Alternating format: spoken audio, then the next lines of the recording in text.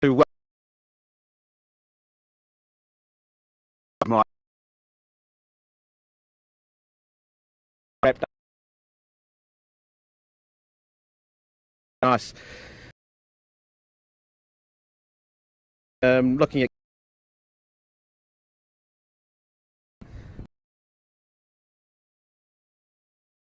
him and what and foot.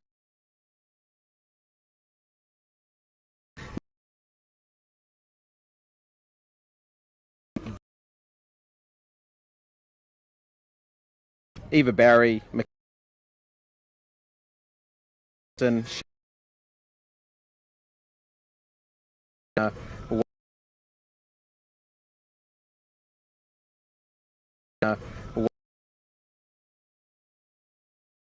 competition the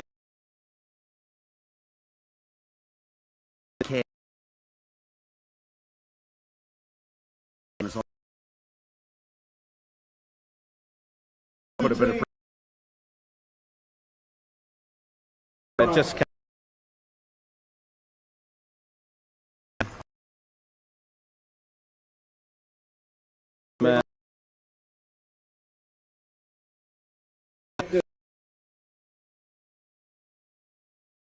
for today's strategy.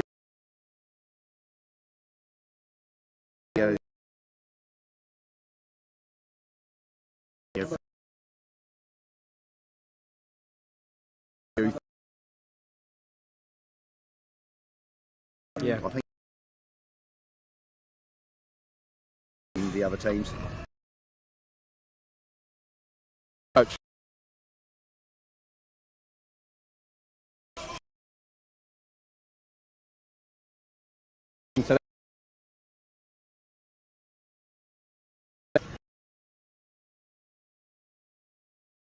With 4 of them bought into 20 long term, I think, for Central. Oh, good. Keep giving them meaningful games then in New Zealand. Yeah, yeah.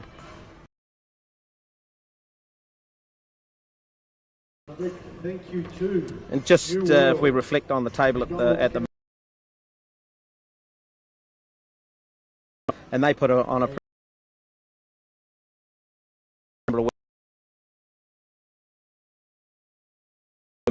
then you've got. Do you think they did? I think they did. And credit where the game had gone. And they did. They did a really possession. His Auckland team is to be very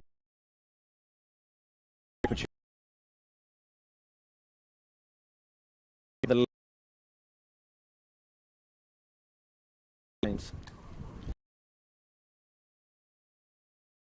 yeah. Say that for being a goal. So Stratty, tell me about a goal that you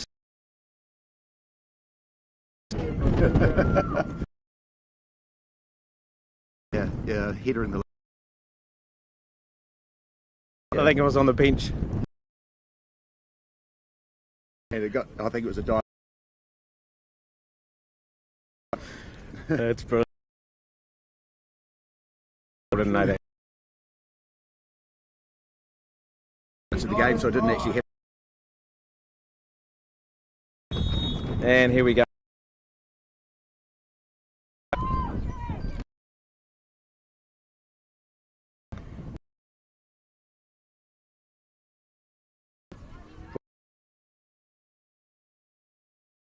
Screamer last week.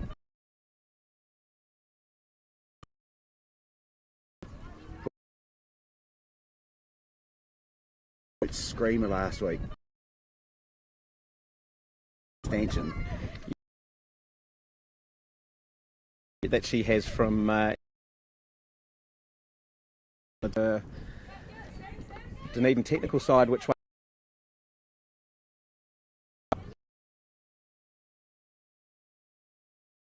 And one of the really good things that Canterbury Fleck back. Yelling, yeah. Stroudy.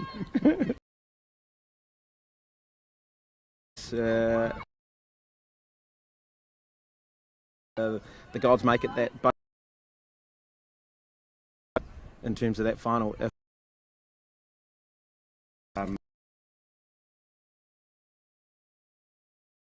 you know, when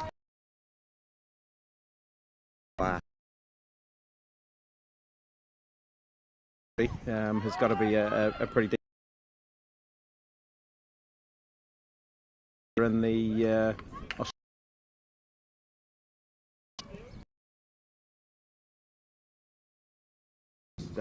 coming back to fitness,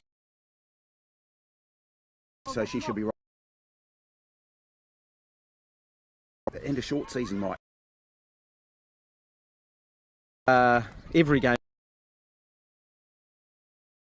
really in a short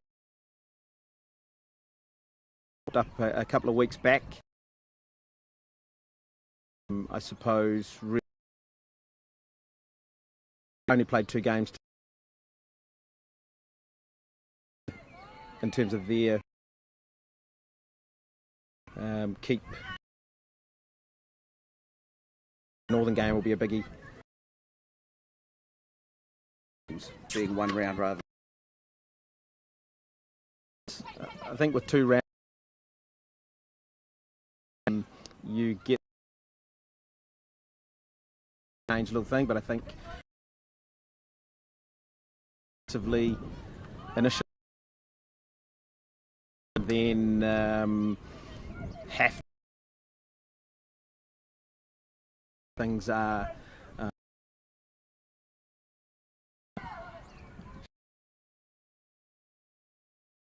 for Northern.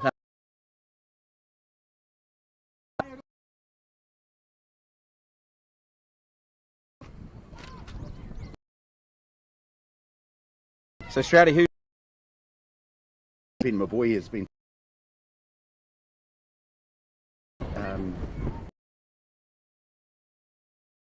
oh, 90 as well. Rennie just suppose all the defensive number 4 on that right hand side. Both the goalies before, and talk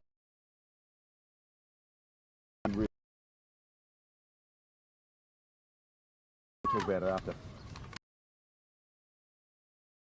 Putting it on top of the keeper if they can. Rebecca Lake. And the boys said to me the other night, they came up and said, "Oh, thanks, Stroudy, that was great," which is really nice of them. But I said, "Well, obviously I didn't work you hard enough." That's awesome. So you just got the pride, trying to play around the back here, trying to draw players out. That's a good little ball through to Brittany, just straight offside. So great to see Sarah Jones in the middle, Alan, female referee. Yeah, comes through the ranks and she's good as well. Yeah. So far, it's only early in the game, but you've hardly noticed her. You know, it's not all about her; it's about the game, which is great. Hopefully that stays the case. Yeah, having been a player, that's always been sort of bones of contention, and referees that want to take control of the game, and the game is about them. But you really want to see them sort of not heard, not seen. So some pressure here by Central, and strong on the ball. Whitney. Yeah. Lake on the ball at the moment. Close it out to Watt. So you mentioned the depth Alan. So that is a key ingredient. It's a great little ball in by Lara Wall there. Pride applying some pressure just outside the box. Lily Bray, Yeah. here we go. We've said Whitney will hit them from 20-25 yards out, and produces a save there. So Pride really dominant at the moment. I think that'll be a telling factor too, Mike. Already Canterbury Pride are dominating possession, and the Central girls will have to work really hard to get the ball back. So what do you think Barry would have said to them probably for this first half piece? It would be consolidate, try and get it down their end and play the football down the right end instead of taking the chance with unforced errors can be really punishing. So if you're going to make errors, make it down the other end rather than in front of your own goal. So I'd say they'd be relying on putting them under pressure early and trying to force them into errors. Yeah, but I think you said it. Time tells. When you're off the ball a lot, you're doing a whole lot of running, trying to get the ball, which tires you. And the turf itself pulls out a lot of energy, sucks out a lot of energy. So, in temperature being the way it is. And look at the setup, and Gunny started with a pretty aggressive sort of setup, isn't it? Attacking, attack-minded, and I know. Talk to her about formations and the way they play, and she knows it's a hit and run sort of competition. Yeah. And really wants to get it down that end and attack and score goals. And she's got some looking to get some energy out wide in terms of those fullbacks, getting them on. And she's got the likes of Talia Herman-Watt on the left-hand side and Kate Taylor on the right-hand side, which will give her that energy. Looking to link up with wide players to produce overloads in wide areas and things like that. Yeah, she's got a good bit of firepower up front as well, hasn't she? Yeah.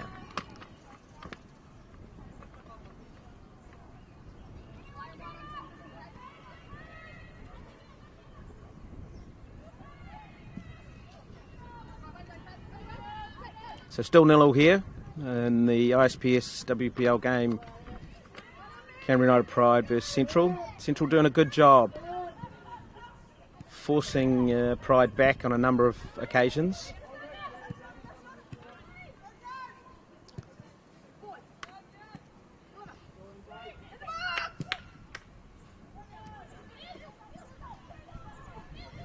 It's a great little ball through. Oh, unlucky.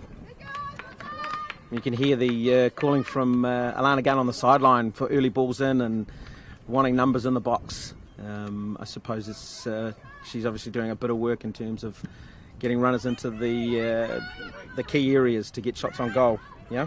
Yeah, good little angled runs in there. There was a couple of good, and they're playing with a fair bit of accuracy, and I don't think they're getting put under pressure for their passes, so they're making their passes stick. And shifting the ball pretty quickly as well, and that's going to run the Central girls around. Yeah, it's that catch-22, isn't it? Central, they want to attack, they want to try and get something out, but they've still got to keep a whole lot of energy for themselves. So it's a tough ask for Barry's team. But one thing you always do get, and knowing a Central perspective through the leagues, you'll always get a tough game with them. Talia breaking down on the left there, Herman-Watt. Little ball in.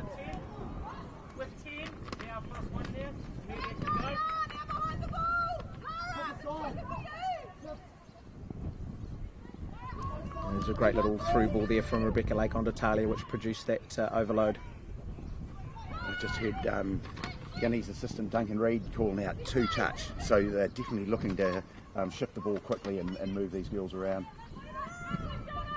Just in terms of that, Strouder, have you sort of seen a difference in the level of abilities of players over the years that you've had affiliations with this sort of Canterbury United setup, plus the Women's League itself and the abilities of the players? Oh, totally, Mike. And I'm a bit gutted for the girls that it's only one round this year, because last year they got their first home and away round, and it was a fantastic competition.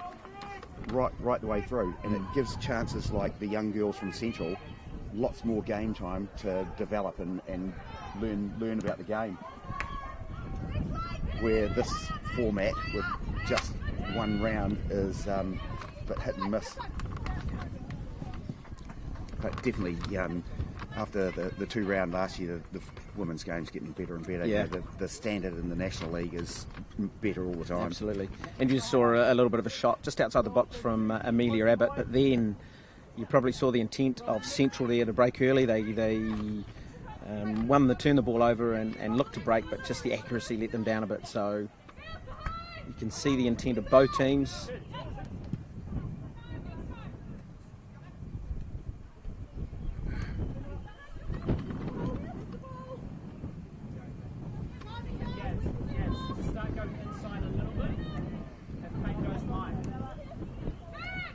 Hepburn on the ball, looking to play in between fullback and centre back. Just need to be a little bit more accurate on the pass.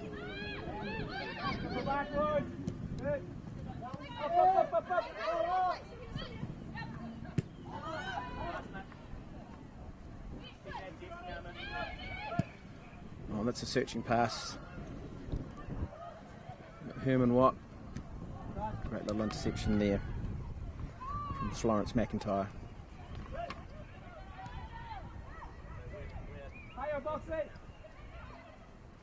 Good bit of skill, Mike. You got Central now on the break, looking to play wide. They'll look to take one-on-one through here.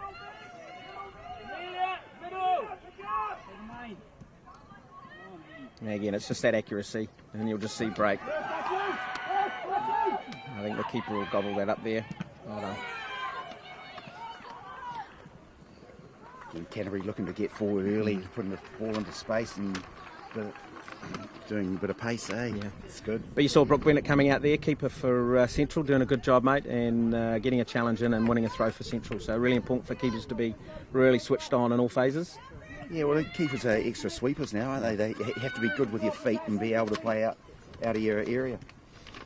And in saying that, you know, a lot of the game now is to try and play out from the back. So the technical ability is key in terms of not just the outfield players, as you say, the keepers themselves.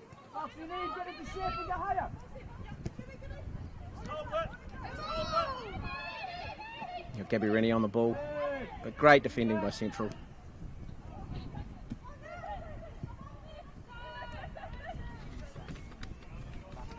Central doing a good job so far, mate. Yeah, they're sitting back and defending. They're defending in numbers, and they're going to need to. Oh, back pass there.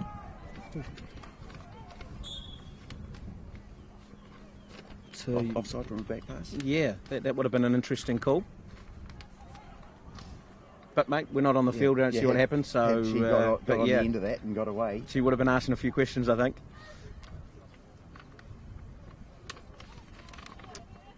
Okay, yeah, now they're coming across to just to have a.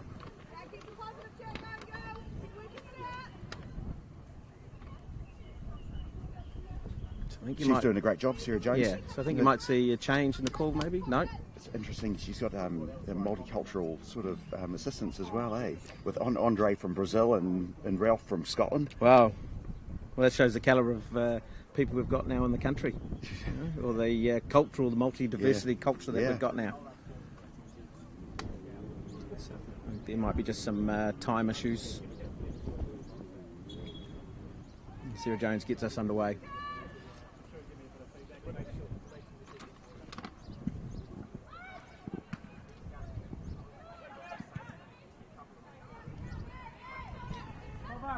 Yeah, I think Canterbury United Pride have to work hard to break down this little deep block that Central are playing. So they're going to have to be creative in terms of trying to pull players out to create holes, because Central are defending very well at the moment.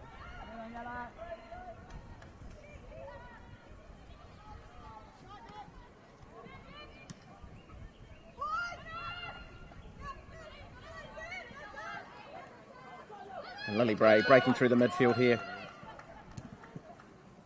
Great ball too.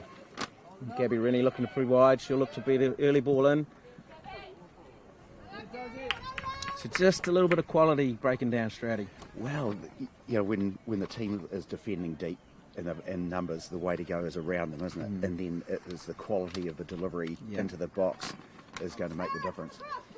And you talk about opportunities and chances. I think Alana Garn won't be too happy with seeing those sort of opportunities being crossed in behind the goal. And you can hear her encouraging the girls to get in the box, but it's no good if the ball's put behind for a goal kick. Correct.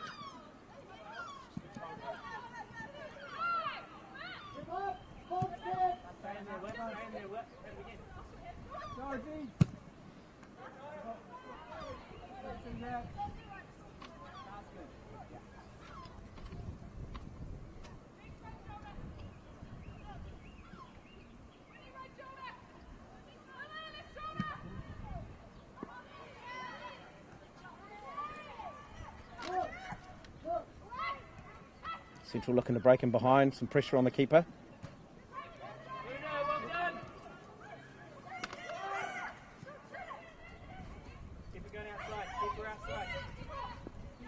And Lily Bray, really strong, and then providing a great little through ball through for Brittany Nicholson to run onto. But again, Central strong in defence.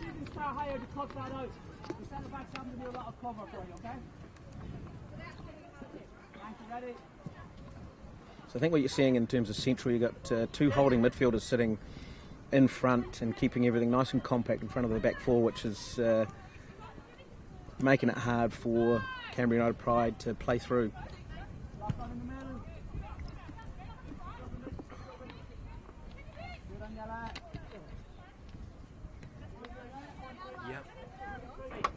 So Hunt on the ball.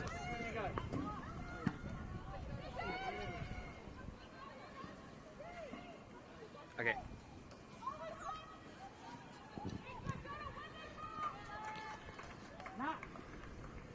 Mike Canterbury got the skill and ability to knock it back across the back four and switch it. So if it's not on down one flank, they'll bring it back out, knock it across and attack down the other.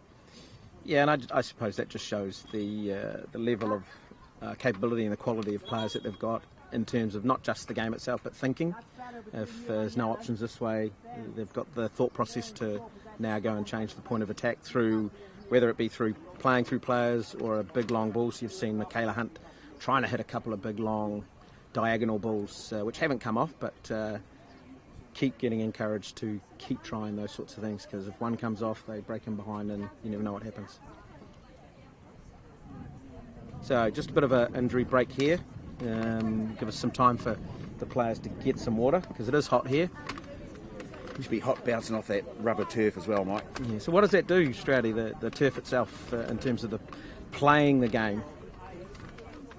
It depends. You know, on a day like this, it's hot and dry, and the ball will hold, it grips, so it takes a spin, and there'll be some funny bounces where if it's wet, it will run true, and it comes off the turf much quicker and much truer. So for a striker or a midfielder or anyone having a shot, what would you be saying to them when they're shooting at keepers in terms of the information that you've just said? Well, if you can hit it so it bounces before the keepers, there's going to be some spillage. Right. So you need the others to be looking for that, to be first to get the rebounds here, and not wait to see what happens, but expect it to happen. Yep.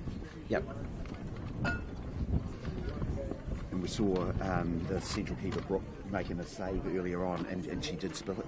Yep. And we weren't quick enough to get to the loose ball. So that sort of stuff, if they're going to do that, needs to be punished. And I suppose when you look at the systems of play, they say now, Canterbury United Pride in a 4-3-3, you'd be expecting maybe midfielders coming in and doing that as well as your opposite winger coming in if the ball's coming from the side, trying to get those little knockdowns and that sort of thing. Yeah, those knockdowns are important, and penalise and punish them for unforced errors as well. And we've made a couple of slips at the back as well, where they gave the Central girls a bit of a sniff outside the edge of the area by giving the ball away. You know, just a loose pass or a loose touch gives them a look in, and that's encouraging. You know, Barry would be saying to them, look, just keep doing what you're doing and look for these opportunities, and something will happen. And it's really getting those unforced errors out of the Canterbury game as well for our girls. So I know we're early into the match and that sort of stuff, and just seen an injury, and you just said that Barry will be pretty happy with how the girls are going. So who will be the happier at this point in time? Well, out of the two coaches? Yeah, it's a bit of a stalemate. Yeah, I think Gunny would like to see more strikes. She's not going to get too many strikes from the edge of the box because it's quite crowded. Yep. And so, the key is getting in behind the defence. And we've seen some early balls into spaces, and that's the way to go, and looking at exploiting the spaces by using their pace up front, getting some one-on-ones and isolating a striker with a defender, have a crack at them. So I'd like to see them actually taking the defenders on, as well as mixing it up with the early delivery and attacking them one-on-one. Right, yep. So you got Taylor on the ball now. She'll be looking to connect going forward. So at times you'll hear Duncan Reid, who's the goalkeeping coach for Canterbury United Pride, yelling out +1, +1. So obviously he's encouraging players to get forward and add a body forward to make it a 2v1 situation.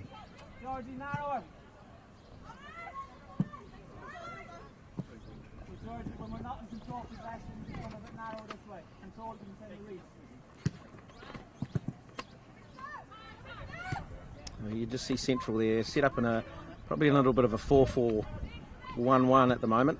So trying to make it really hard, but allowing the Pride to get down the side. And Talia Herman-Watt looking to come forward.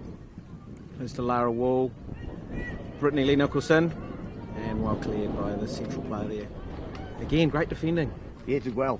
Yeah, I see Brittany would be disappointed that needs to be a bit stronger on the ball, hold it up, and maybe lay it off for a strike from the edge of the box, or turn and take the defender on. Yeah.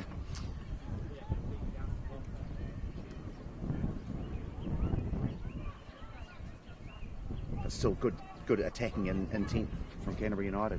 Good thing, they've got Rebecca and Michaela in the middle of the back. They're two athletes. So. Yep.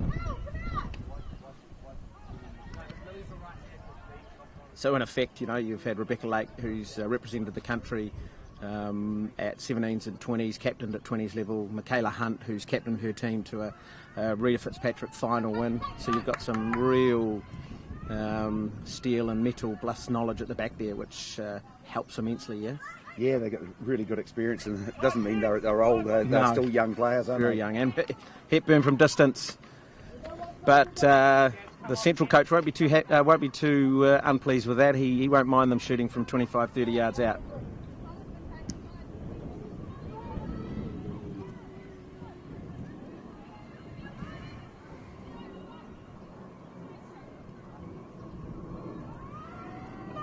Good little ball from Amelia Abbott. Great cross. Great cross. Again, just not a high level of commitment to try and get something on the end of that cross. Great little cross, yeah? Yeah, great ball in. Yeah, it's just where you want it, like across the 6-yard box, so give your attackers a chance to have a crack at it. But you want them to, though, don't you? You want them to put everything and all their energy into just getting a little touch on that, because that's what that would have taken, yeah? Yep, just a touch would have been enough.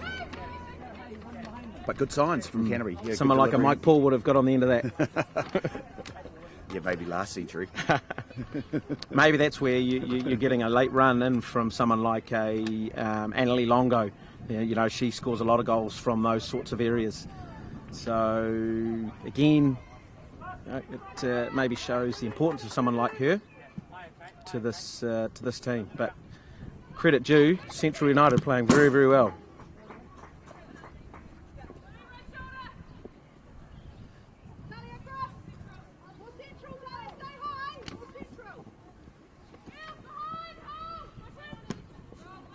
Lily Bray strong there in the challenge. So Lily Bray's just come back from a stint in America, and your son Ben was at a university in America. Enjoyed it thoroughly? Yeah, he just qualified. He graduated from Missouri University late last year and came back, and their facilities and setups over there are absolutely fantastic. Yeah. The training it's as close to professional. It is professional. Yeah. And Emma Clark, she's on the bench for Canterbury Pride, and she's over there at the moment. Well, it's harder for them to go at the moment with the COVID situation, but again, Central doing well, not allowing any crosses in, forcing balls across the back line, which Lanagan won't be happy with them. And well cleaned up by Michaela Hunt there. But Central applying some good pressure.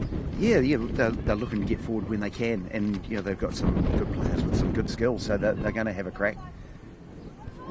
Again, not giving too much time on the ball. Where Canterbury are trying to win the ball high and turn it over quickly and then attack quickly from that. Not giving Central much of a chance to resettle and organise themselves. Rebecca Lake playing that ball forward to Herman Watt, who's looking to take on the left back here.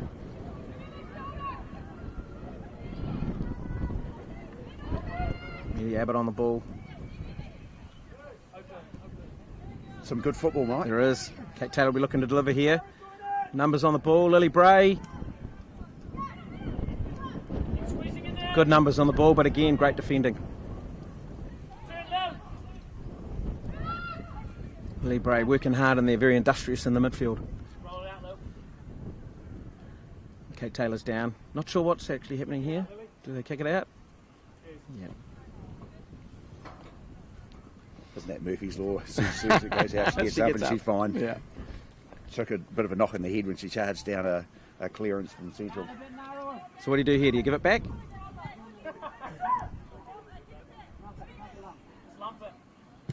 That's all right. That's the one. Well done, girls. Played in pretty good spirit, Mike. It is. It is. Maybe that's what we need, maybe, though. A little bit of a change in that mentality from a Canterbury United Pride perspective. Maybe stepping off a little bit too much. Central winning a lot of that close encounter battles. They get into a power of work, having to cover as well. Canterbury are putting pressure on them, winning the ball high, and then they're having to work really hard to get the ball back. And chasing players as well, that'll be telling. And when the heat's bouncing off this rubber, for me, Mike, that's a really funny thing. We play summer football to get the best facilities and conditions, and yet play in the middle of the afternoon when a lot of people would rather be at the beach. Yeah, at the beach. So what, maybe a nighttime game or an early morning game? Evening games, 6 o'clock Friday or Saturday evening games. When people have finished work on a Friday, get straight down to football. And again, it's for just me, that would be that quality. fantastic. Central looking to break here, but Amelia Abbott just gets a little touch in there.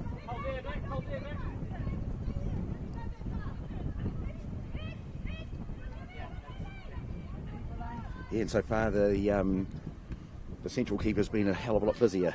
She has. I think Una's just had to tidy up some back passes. And Amelia Abbott on the ball, looking to get Rennie on the ball. I think you see, just a little bit, and that's the turf, on grass, maybe something like that would have been held up. No, I think it's just a wee bit of inaccuracy, The pitch is the same for both teams, so you got to play it to get it to feet as well, And Central just breaking in here, little bit of space in front. Give her a bit of a chance to get on the end of it. Looking to play Olsen in. She's just looking for the wee run from Anelia Jensen. And maybe Central, when they get on the ball, maybe to be a little bit more composed to keep the ball. We'll take a bit of pressure off them because they're turning over a lot. And Mike, Michaela Boxall, it's got to be a relation, doesn't she? You reckon? Yeah, it's too small a place. Sporting circles are a bit of a village, isn't it? Again, Central strong in the challenge. Lara Wall on the ball. Play forward, use the pace of Nicholson.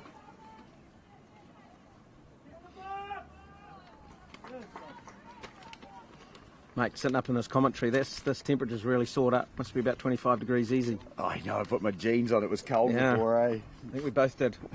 Normally you and I come rocking down here in shorts. Because we're southern men. A great ball in by Herman Watt.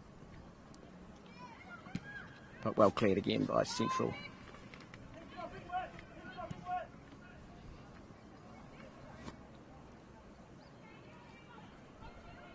Again, Central just happy for the ball to be played in front of them. Numbers behind the ball.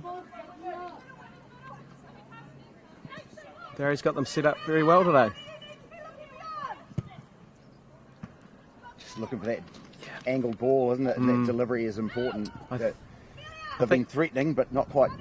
I think that shows the pressure that Central are actually putting on, that the actual accuracy is being minimised by that pressure. But a great ball in by Lara Ward to far post. Kate Taylor unlucky. Kate had just ghosted into that, and instead of hanging back and attacking the ball, she's just drifted in and it's just gone over her head. So good fullback play for getting in there, but maybe delay her run a bit. Yeah, it's important. Just keep the ball in front of you. Yeah. A little bit of pressure by Canterbury United Pride here. In the box though, Central's just got to be careful not to give anything away here.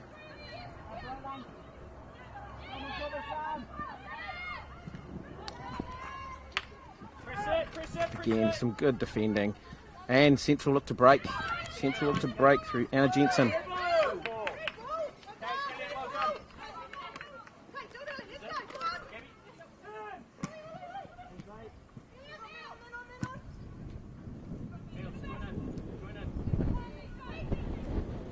Some good two-touch stuff from Canterbury. Yeah, changing the point of attack really quickly for Herman Watt. She'll take a touch and look to deliver. Again, might get delivery into the area, into the danger zone. But is she looking for runners there? Because you saw a lot of runners going to that far post, but then no one coming from deep. So the options that maybe she's got in front of her, maybe not enough. Well, whether you got runners or not, your job is get to get in the line, put it across the 6-yard box, and let them take care of the rest. Yep.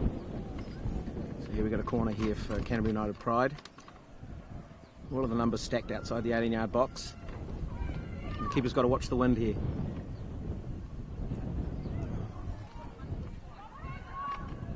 And Alana Gunn can't be happy with that. Yeah, it looked like a good training ground move, didn't it? Looked promising, and it fizzled out to disappoint. But you've got numbers looking to attack there. Yeah. You've got an in-swinging ball using the wind. Would you not want to put the keeper under pressure? That's as you as a keeper, you wouldn't want that ball coming in at you, would you? Right, get in the danger zone, and then the ball comes in at pace now and moves around. And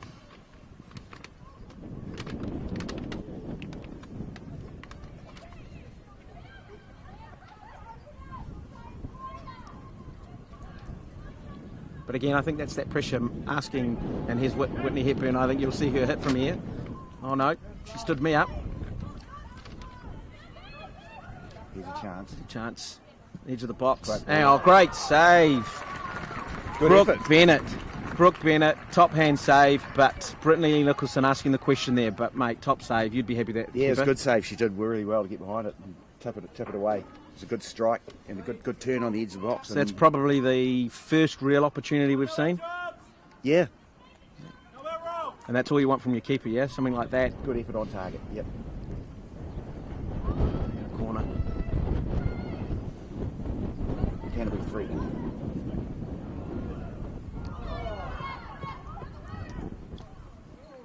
So some pressure here now being applied by Canterbury United Pride, and as we come into the latter stages of the half, 10 minutes to go.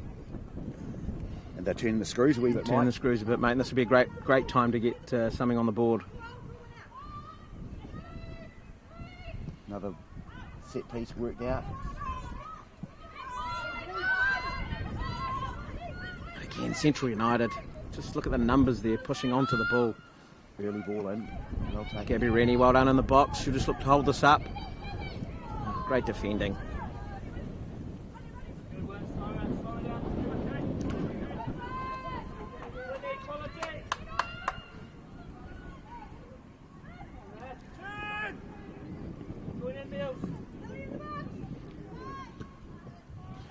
And you've seen just a change in formation a little bit. You've got Gabby Rennie, who's moved into that central area, and Brittany Nicholson's come on. Oh, and you're going to see Whitney hit this from distance.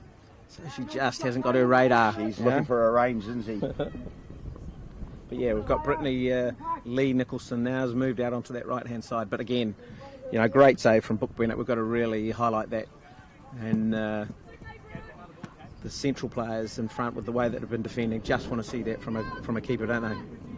Yeah, she's kept them in the game. You know, they've done work really well, and they're going to need her to be doing stuff like that.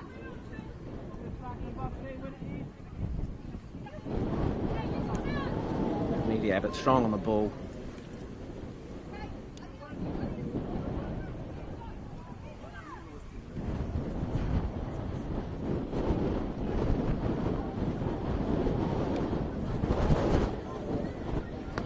Just maybe just for that little through ball there, you know, Brooke Bennett's got a little bit of time to take that. You know, she's got 6 seconds. Maybe take her to the feet, take a little bit of pressure off. Yeah, and it's getting close to half time. Yeah. Last thing you want to do is concede just before half time. So let them get their breath, settle it down a wee bit. Amelia Abbott on the ball, going to play forward centrally, and you've got that overlapping run from Herman Watt, who again, some great defending, stellar defending from Central football. It's a nice build-up from Canterbury. It was. Into the box. Ball across. Great little ball across, but again, mate, those maybe those late midfield runs not happening. Just a wee bit flat-footed in there, instead of attacking the ball. And you got Central with numbers forward. They're going to look to press on. Here we go, and it's a great little. Oh no, just taken out by Michaela Hunt. End-to-end stuff, Stroudy. Yeah, Central had good numbers forward there, and if they got that through, that would have been interesting. I'm not sure about offside. Canterbury were looking for it, but whether it would have been given or not. Look at that, and the Canterbury United Pride looking for calls from the referee, but I think, and here we go, Canterbury United Pride under pressure, and that pressure's told. They get Central United get a free kick. Yeah, haven't been too many of those either. No. So a little bit of a turning of the tables here. We saw a bit of pressure from Canterbury United Pride, but then a little bit of an influx of pressure from Central United, and gets them into middle to attacking third.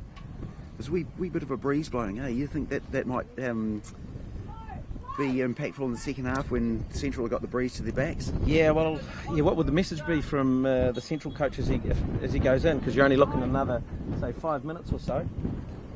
You know, and they've hold them out. If Central hold them out for that time and go on at 0-0, that's a great first half, you got to say. Yeah.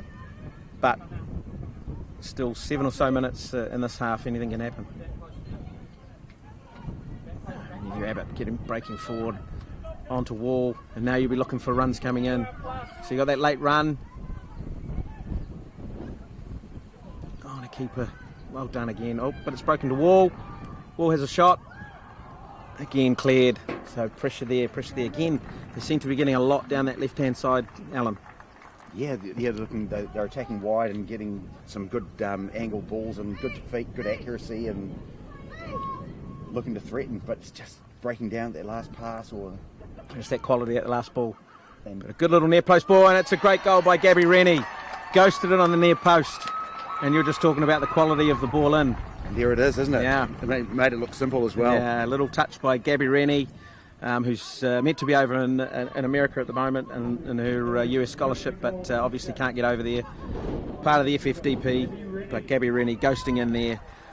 Yeah, really, she'll be happy with that. That's a really good striker's goal, eh? Yeah. And a good team effort. You know, they've been threatening with some good build-up, and there's a good reward for them. Absolutely. And like we said, what a good time to score right before half-time. Absolutely. And that'll put a little bit of pressure, or a lot of pressure, now back into Central to see how they react. And the way they're playing, ball to feet, I don't think this wind will have any impact on the way they play the second half at all. Well, sometimes playing into the wind is a lot easier for ball-playing teams. Because your passes aren't overhit, you can use the wind to hold the pass back a bit. So Alana Gunn's got her bench warming up.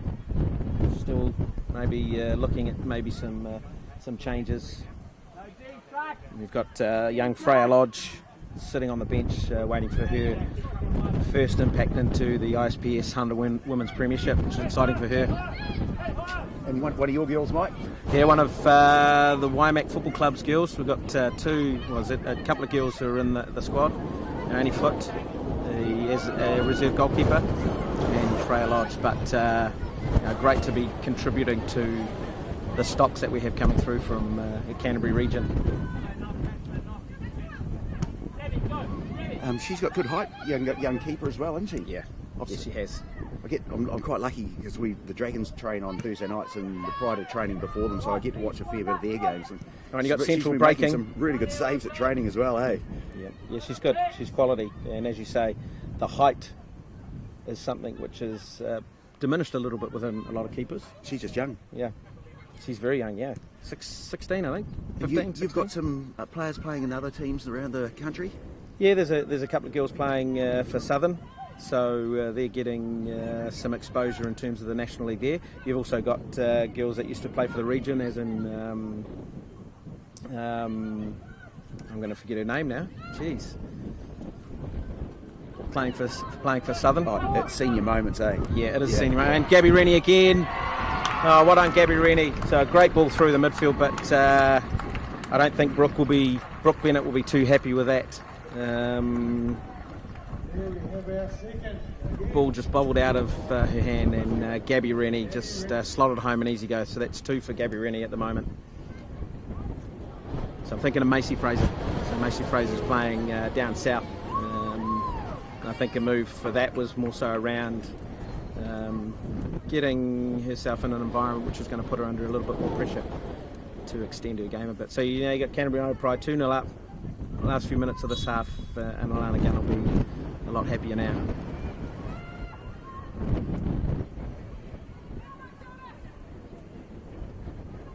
But credit Central. They've done really well. They'll be really disappointed that, and so will Brock get a share. It's when you need to make them have to actually work really hard for everything they get. Absolutely. Instead of giving, they don't need any gift. But again, it just accentuates from mistakes from an outfield player compared to a goalkeeper, a little bit different. So great pressure in there from Anyala Jensen, looking to spring a bit of an attack for Central. Ref had a whistle in her mouth there, and I thought it was a foul as well. She came right through the back of Whitney. Gabby Rennie should be looking to take her on one-on-one, using her pace. Looking for quality in, and that's a great little deep pass. Central just happy to clear their lines, get a breather, mate. Three Pride players in the box there, looking to get on the end of that. And I like that. Yeah, taking the defence on with pace. Yeah. They've got a fair bit of skill as well, Pride. Yeah, Lara Ward at the far post there. She's going to have a hit from there, and it's hit the crossbar. And you've just seen Amelia Abbott stray into an offside position. I'd like to see that again. Yeah? Yeah, I don't think she was offside. No? Not when she hit the ball, no. So maybe it's a VAR, if we had that technology.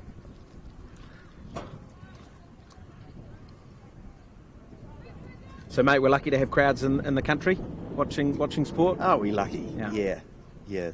You look around the world and you're watching football overseas and there's no crowd, and there's a lot of football going on. There is. Yeah. And it just changes the whole dynamic and atmosphere of it all, doesn't it? And the central coach there, Barry Scullion, barking out some orders to his team.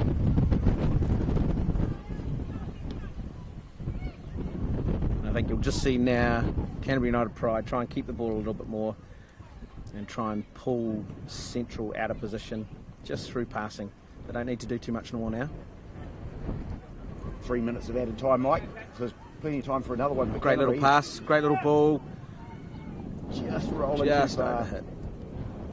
So again, that left-hand side, good combination between Herman Watt and Lara Wall there. And like you were saying, into the wind, a ball like that will hold up. Yeah. So I can't see Gunny making any changes. I think they're playing really well. They're keeping the ball and turning the screws. Now Central are going to have to chase the game if they want anything out of it. Take some chances and push players forward, which will create spaces at the back as well. Or do they carry on doing what they're doing and make it like damage control? They could do, they could do. And in such a short, I suppose, competition, from a Canterbury United Prize perspective, goals are probably a necessity as well. Especially when you see of Auckland City, Auckland United, should say, Auckland Football putting in the goals they're putting in. Northern Football still yet to fire, but once they sort of hit their straps, the goal difference could come down to who makes that finals berth towards the end. Again, looking to turn the back line.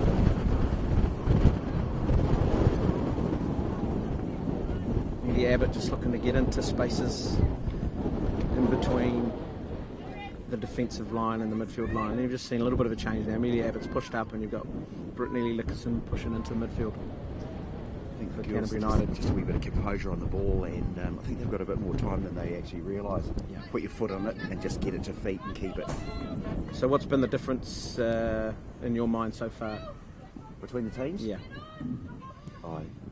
Central are having to work hard to win possession, and when they win it, they're winning it in their own half, and they've got a long way to go to get to the other goal.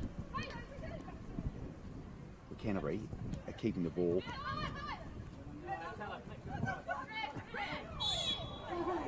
A little bit of a scuffle there. Well. And Yala Jensen will be happy with that. She's a good nuggety little player, and she won't leave anything to chance. So things might be said here.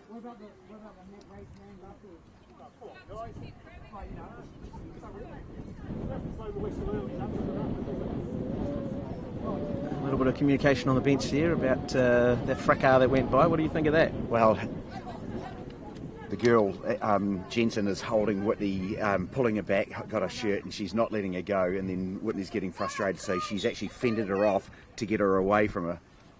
And fair enough, there's not many players who wouldn't. So Alana Gunn just barking the orders here to get it going.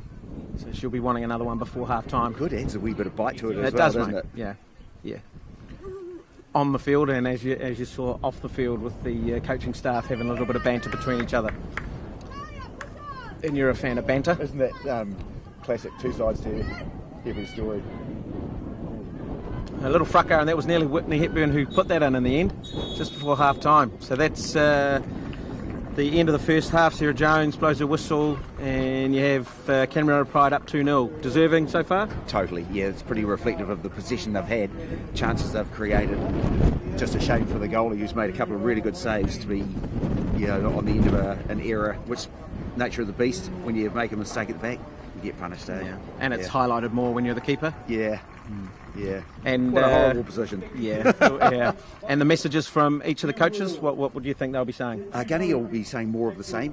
Keep looking to shift it quickly, move these girls around, and create spaces, and the chances are going to come. Mm-hmm. So, quality of the ball into the box as well. Yep. There's been a number of diagonal balls going in, which is well intended, but the execution hasn't been entirely accurate. Yep. So they've created turnovers there. Also is just be mindful of not making any errors at the back, unforced errors that give them a sniff, Yep. and a look in and a chance to get back into the game. And Barry will be saying, well, that's between two things. Is he going to chase the game and take a chance? Yep. Maybe throw some players forward and attack a bit more. They're going to have to try and force Canterbury into errors on the ball and win turnovers higher in the pitch, and take any chance they have. But they haven't really fired a shot in anger yet. No. And I suppose if you put it in the grand scheme of where the competition lies at the moment, you've got Central on 1 point. You've got Canterbury United Pride on 6 points. Looking to get 3 points out of this, so Central nothing to lose. I'd expect them to come out and go quite hard at Canterbury United in the second half, having the wind. Yeah, and I would say Gunny will be saying, right, sit down and have a good rest here, and fire up for the second half and start fast and hard, and then give 10 minutes and make some changes, bring some fresh legs on, and keep attacking, and drum their possession advantage into more goals. Yeah. Will she sit a little bit deeper? No, they'll play high. Okay. So look to press high. Yep. Get them in their defensive third and cause a whole lot of pressure. Turn them when they're not organised, and take advantage of the pace and attack with pace and accuracy. Awesome. Hey, look, 2-0 here at this point in time in this ISPS Handa Premiership. 2 goals to Gabby Rennie. We'll be looking to come back fairly shortly, giving the players a bit of a rest, and us going to get some liquid refreshments in terms of water. Thanks, Shroudy. Excellent, Mike.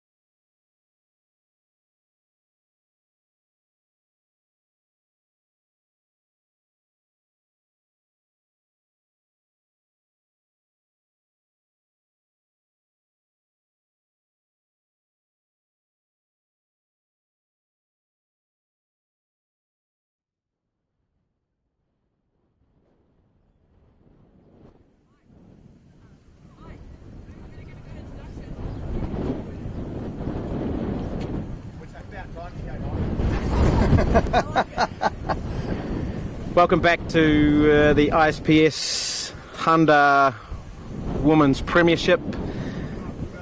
2-0 at the moment to Canterbury United Pride as the players come back onto the park. A couple of changes we see for Canterbury United Pride. Alyssa Wynnum coming on, and a big shout out for Emma Clark returning from the States. Quality young player Emma Clark, and the crowd give her the ovation she deserves coming back. Another good coastal girl as well, Mike. Yeah, lots of good coastal girls you've got there, mate. So, you know, a few changes at half time. I got that wrong. I didn't pick to be any changes. Not normally. I think if you're going to make changes, you do it after 10 minutes into the second half, and then put some fresh legs on. But no, she's not afraid of making changes and giving the girls game time, which is great. Yeah, and no changes at this point for Barry Scullion's team, Central Football. How many subs are you allowed to make, Mike? I think it's 5 subs. 5 subs. Still got a couple up the sleeve. Still got a couple up the sleeve, yeah. On. And I'd hazard a guess all will get used. And this wind's just picked up a bit, Alan. What do you make of that? Yeah, I don't think it'll bother the Canterbury girls too much. You know, they've been playing defeated most of the half, so that won't change. But yeah, like we said, you know, it could hold the ball up for them this half, and that's not a bad thing for them. And we were talking to Alana Gunn as she came off the pitch, and the introduction of Alyssa Wynnum, she was highlighting that this game might be really suitable to her skill set to open up a few more opportunities for Canterbury United Pride. And Emma Clark, who's a fantastic player on her own right, you know, come back from experience in the States. Isn't it good, you know, that a lot of the players who come back from the States will just walk into most teams, but, you know, she's having to work hard to gain a place. Yeah, absolutely. And you've got the Pride on attack here, looking to get something very early on, but cleaned up from Central United. Yeah, and Emma Clark slotted into her normal position at right back, with Kate Taylor moving probably into a more familiar role of centre back for her. Yeah, and Emma will be looking to get up and down that flank as well. She's got good athletic abilities as well. Absolutely, lots of energy. A lot of time with Emma, and my time with Canterbury United Pride, and she gives you a great outlet from those right-hand channel sides. So, and you got Winter Hepburn on the ball. So Pride now, what will they be looking to do? Well, I think they're going to have to look to get wide, just like this, and get in behind, get good quality delivery, because you look at the formation Central have come out with and how stacked their defence is, you know, they're lucky to have most of them inside the penalty area. And that was pretty evident in the first half, in terms of it took good 40 minutes for Canterbury United Pride to get a goal on the board, and that was good credit to maybe the way that Central was set up in terms of a block of 4 and another block of 4, and that ability to break those lines down. Yeah, and it does look like Central are going to play a damage control sort of game and hope to catch Pride on the counter attack. So you got Herman Watt on the ball. Oh, and good pressure from Central. They win the ball on halfway.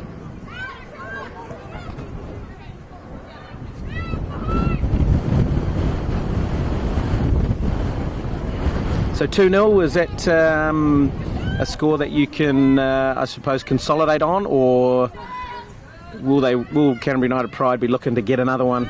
I think they'll be looking to get on the scoreboard as quickly as they can, you know, and then put more pressure on the Central girls.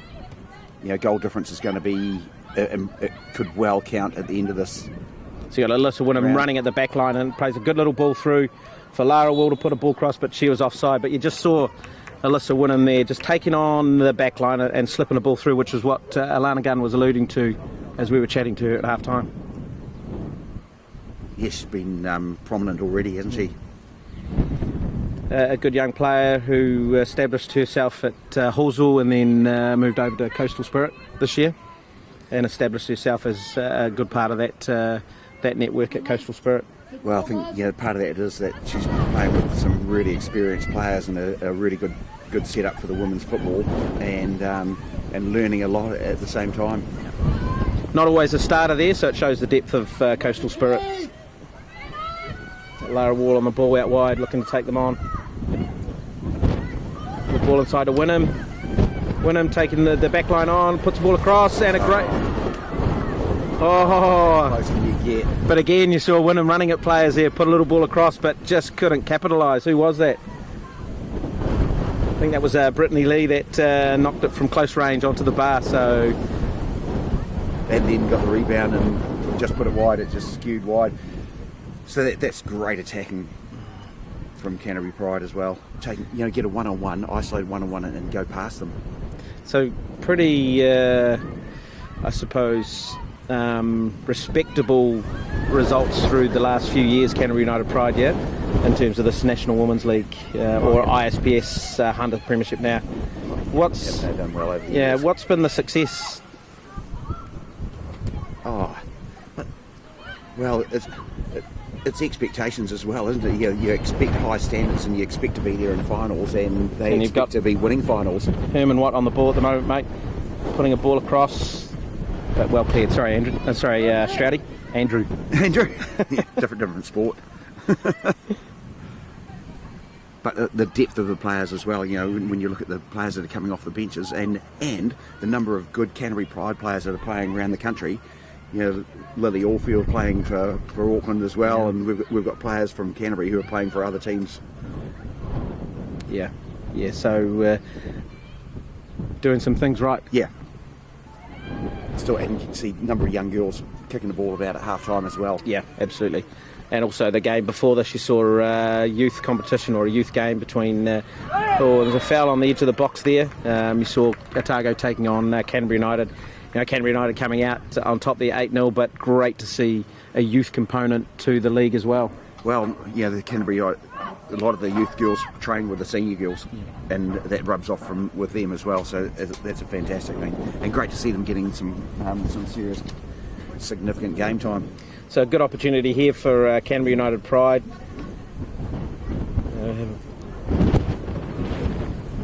It's just getting a bit gusty, Mike. You see the ball rolling off the spot there. So if the ball rolls, they maybe get someone to hold it down. Well, you're not going to make a hole in the turf, are you? So Brittany Lee looking to put this ball in, I think, and looking to connect with the runners coming in. So ball in.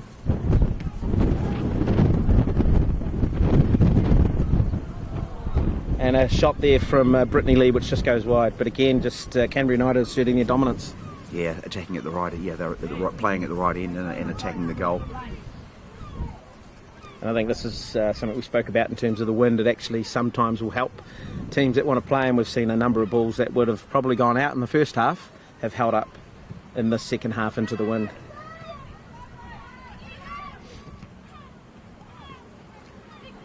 And Central looking to break here. And Rebecca Lake wins a free kick, which stops the break there from Central. Second or third free kick in the whole game? Yeah, probably about the second, I think. I haven't really seen too much. It's been played in a pretty good spirit. But maybe that's a reflection of how quickly the ball's being moved from not just the Canterbury United Pride team. I think Central are trying to play it quickly as well. So credit to both teams trying to play. Yeah, Central are trying to play it out and play football, but Canterbury are putting them under a fair bit of pressure and winning a fair bit of ball back. So we've got a substitution here, and we've got a bit of a happy birthday call for Nicola Dominovic as she comes on, 21 today. So happy birthday, and a good shift by Brittany Lee Nicholson as she comes off. So happy birthday, Nicola. And wearing a number on a shirt. Yeah, fantastic. Yeah, 21, and then a sub for Central, number 8. Who is Eva Barry, coming off for number 14, Abby Rankin. So a couple of changes being made there. I think that's Central's first substitution. So you'll be seeing probably Nicola Dominic, who just come on, using her pace, which is electric. And when you look at the pace that Canterbury United Pride has got up front now, wow, I'd hate to be playing against them.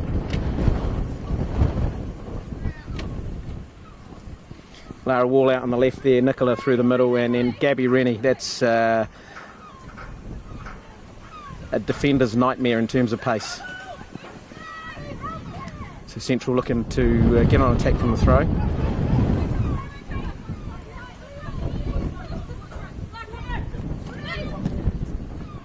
Looking to use Dominic's pace, and she gets in behind.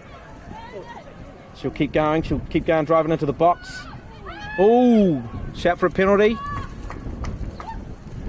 Yeah, don't think so. There you go. So you've heard it from Mr. Stroud himself. No, I don't think so. More a collision, but those things are given. From my old eyes, I looked like it came off them last for a corner there. Yeah, but you are one-eyed. Fair enough. Oh, it's great. Going at the defenders. Yeah, absolutely. Yep. Absolutely. And could have easily got a penalty out of that. So good on her. She's got pace to use, so.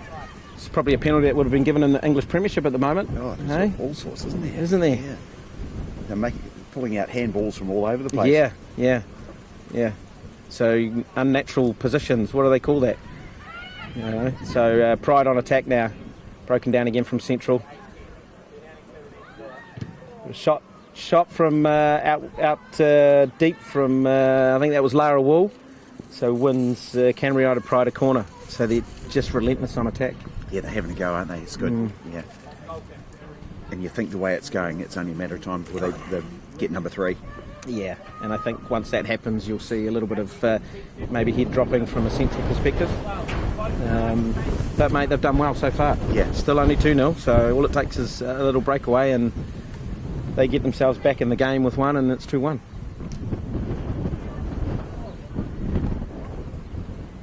Great touch. Great little touch. From Boxall. Furnell taking them on. Oh, well done. Great defending from Dominovic. Wynnum looking to take them on. Great ball in and a header at goal. Oh, unlucky there. Good effort. That would have been a great goal. Would have been a great goal. Amelia Abbott from outside the 18-yard box looks to stick that in the top corner with her with a header there. But a great little passage of play there from Alyssa Wynnum. Breaking through, providing a great little ball through and a great cross from the birthday girl. Do we sing her happy birthday? Not until I've had 6 pints. So not today, not here. You're the singer, Mike.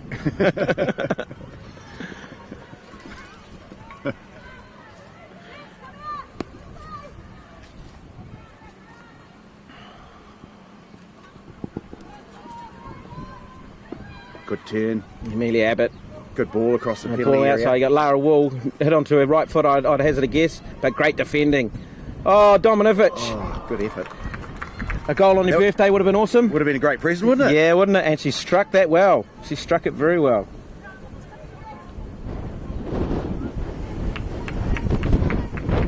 Canterbury had numbers spare there as well, didn't they? Looking dangerous. So you mentioned their depth, Alan, that you don't really lose much when you're changing players from this Canterbury United perspective. No, we've already seen players coming on and making an impact, and that's fantastic for a coach to have. And so, as I say, we were talking to... And still got Anne Lee to come on. Yeah. And we hopefully are going to get a chat with maybe Anne Lee a little bit later if she makes herself over here. But what does she bring to this Canterbury United Pride side? She's quality on the ball, Mike. She very rarely gives a ball away. There's no unforced errors, and normally she'll make something happen with it as well. And she's another player who's capable of taking defenders on with skill. Add her into the mix, the longer term. We were speaking to her hopefully a couple of weeks, she said, maybe back for the Capital game, and that's a big game as the league progresses. And they're doing very well under the tutelage now of a Canterbury player of old, Maya Vink, who's now coaching Capital. So good to see her in that sort of capacity. So not just the Canterbury players, it's coaching as well. Yeah. Oh, great little boys here. Gabby Rennie breaking through. Hat-trick. And Gabby Rennie, number 3. So that pressure just tells. So Gabby Rennie will be happy with that great little through ball. I think it's taken a nick off the centre back, so a little bit unlucky in terms of the central defenders, but Gabby Rennie, clinical. Had them really stretched, didn't they? It was really well constructed and finished with total aplomb. So hat-trick there for Gabby Rennie. Not sure, apart from the one that you scored in that corner that you alluded to, any other goals that you've ever scored, or not really? I had a time. I actually went back to Dunedin City to play in goal when Jimmy Taylor stood down. He was going to play in the second team, and the week before the season started, I broke my wrist. So I played outfield for a while and actually scored a National League goal against Miramar from left back. Mate, did it mean anything in the big scheme of things? Yeah, we were down 1-0, we got back to and won 4-1. Wow, so catalyst to a comeback. And next week we beat Napier 6-0 at home, so yeah, it was a bit of a... Did you play in that one as well? Yeah, I did, yeah. I didn't score in that one, but... So one-off, so 2 goals in your career? I've had a couple. It's a long time ago. So just a little bit of pressure from Central here, but I think you're now going to see United maybe sit a little bit deeper, just get control of the ball, try and pull players out a little bit more and ask a few more questions. And is there more goals than this? My good mate Murray Ralph, he runs the Burwood Club, and we played together for Otago University in 1980. They let me take the penalties. Wow. How many penalties were there? Not many? Well, about half a dozen. Half a dozen? Yeah. How many did you slot? Yeah, no, I got them. I didn't miss one down there. Well done. I did miss one against Hallsall for Rangers. Oh, mate. But I suppose think they're still looking for it in the old poplar trees behind the goal. But I suppose you being a keeper, you know where to put the ball. Well, at least he didn't save it, yeah. So a good little run out on the right-hand side there. I think that was Dominikovic. So she gets a corner, and then you've got Amelia Abbott looking to come over to take it. And a substitution from Barry Scullion. Number 6 is coming on, which is Jessie Falloon. And number 30, Natalie Olsen. And Natalie Olsen. I'm a bit surprised with that, Mike. I think she's been really tidy on the ball, and any little sniffs that Central have had has come through her in that first half. So maybe you'd like to see a little bit more of an attacking emphasis, put someone else, maybe push a Give her couple more some numbers forward. Yeah. Nothing to lose, really, yeah. And Alyssa Wynnum, edge of the box, but cleared their lines. Central did. And Kate Taylor looking to try and spark something from the back. Good young player coming through now, Kate Taylor. And she's a product of Marion High School and plays her football at Cashmere Technical.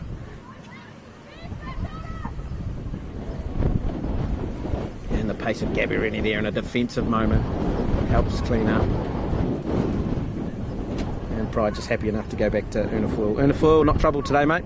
Not so far, no. So no, that's pretty hard for a goalie. You're not in the game for a lot. All she had to do is patrol the edge of the box and tidy up some back passes, and then at some stage you might be called on to make a reflex save. So not having to exhibit the amazing potential that you've instilled into her. Well, amazing it's actually really set. good. She's improved with her feet a hell of a lot. She's left foot, right foot, and she's been working hard at it. So just reward, and it's really important for her to be tidy at the back. And on the international scene, her with the 20s. Well, she's been age group, so she just needs to keep doing what she's doing. Yep. Keep working hard and keep improving. And always, as we alluded to, always hard as a keeper, isn't it? Because any mistakes you do, they're just compounded because you're the only one back there. It counts, doesn't it? You know. And I guess that's the thing about the goalkeepers. They look for consistency. Yeah. So Alyssa Wynnum driving at the midfield, which is what Alana Gunner's asked her to do. Gabby Rennie driving down the right hand side. And maybe a shot cross, not sure what that was. Yeah. It wasn't a good delivery. It was a really promising attack, and I know I hear exasperation from the coaching staff down in front of us. So what would you have wanted to see her do there, mate? Well, just a bit of composure, and it's accuracy of those passes. You've got two runners in the middle of the penalty area making good runs. Stop and find one of them. So as a goalkeeper, maybe you're expecting her to maybe shoot, but a shoot across you, so any spills? Yeah. Especially with her having 3 already, so she's hitting the target. Driving it across the keeper, and if she does get a touch, it's only going to fall out into the danger area. As you say, they had 2 players coming in, so... But Alyssa Wynnum making the impact that Alana Garner's asked for. Some good touches, tidy on the ball, isn't she? Yeah, very good.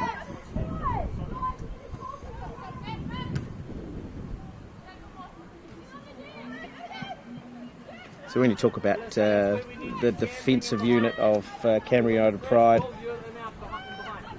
you look at the calibre that they've got, internationals right along that back line. Hard to break them down, really, isn't it? Yeah, and you see when a ball comes loose, they're first to the ball as well. They read it well, and they've got the pace to get there. Great energy from Talia Herman, put some pressure on there. But again, trying to connect on that left-hand side, and that left-hand side's been pretty devastating today with Lara Wall and Talia Herman. Oh, a little step over there from Talia Herman, what? Amelia Abbott, edge of the box. Whitney Hepburn, as she does quite regularly, cleans up there.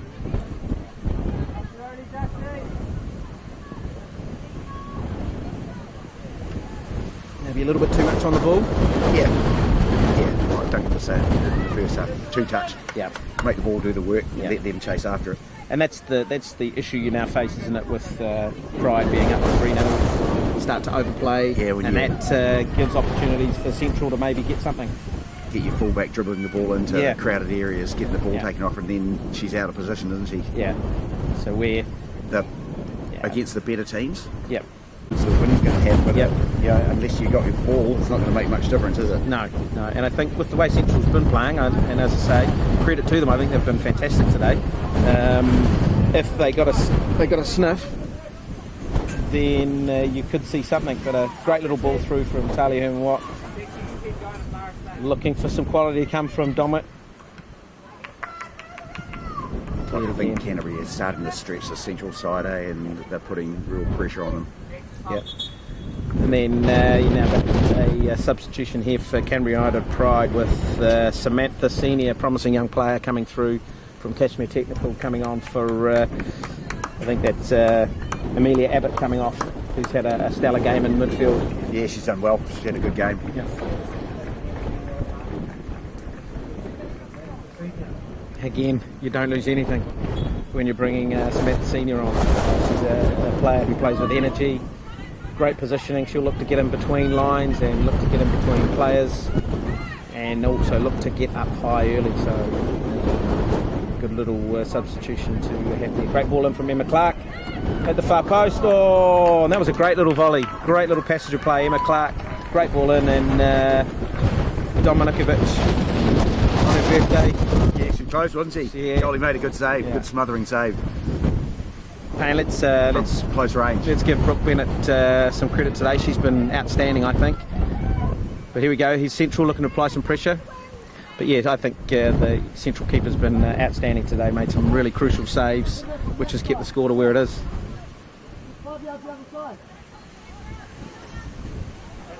She had that tip over in the first half. That was a really good save. It was a great save. It was a great save. Kept the score at 0-0 for a good while.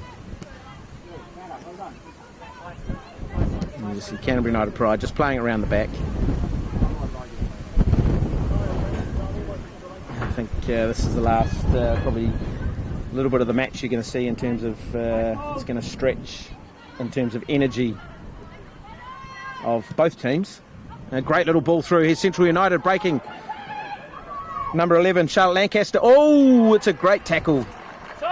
It's a great tackle from Kate Taylor. That was a great recovering tackle, wasn't it? Was. Yeah. It was, but just the opportunity that Central wanted, but... It was Boxall putting the ball forward early and letting it, put it in space. Yeah. Like, pretty similar to what Canterbury girls were doing in the first half. Let their attackers chase after it and run into it. But again, as we said, you know, Canterbury United maybe just overplaying a little bit, giving that opportunity. If that had gone in, well... You know, 3-1, you're back in the game. But a great, as you say, great covering tackle, a great recovery tackle from Kate Taylor.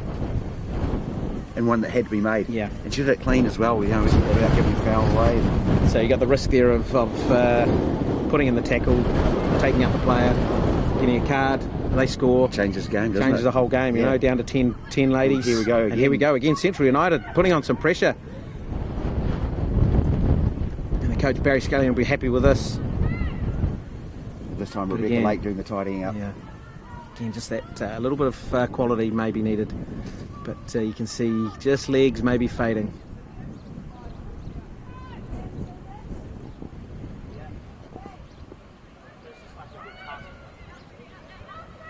That's encouraging for Central, Mike. Yeah, it is. Two promising attacks. Yeah, mate, they can be pretty happy with their work today. They've come up, they're coming up against a Canterbury United side, which is Great ball, Whitney. There's a ball to Talia Herman-Watt, little one-touch ball through. No, see again, just looking overplayed. Yeah, quality of the pass, isn't it? Whereas, that's what you're talking about, unforced errors. And whereas in the first half, you probably saw a one-touch pass. They're breaking the back line and they're putting the keeper under pressure. Great turn by Talia Herman-Watt. Again, she's off to the States. Ball across. Central clear. And Yala Denson on the ball. Brought it down, laid it off, did well, kept the ball. You can see what Central's trying to do. Maybe a little bit earlier. But credit United there, playing a higher line to put her offside. And what would you be saying to Una here? Does she have to play? Yeah, keep it going, keep the ball moving. Cool.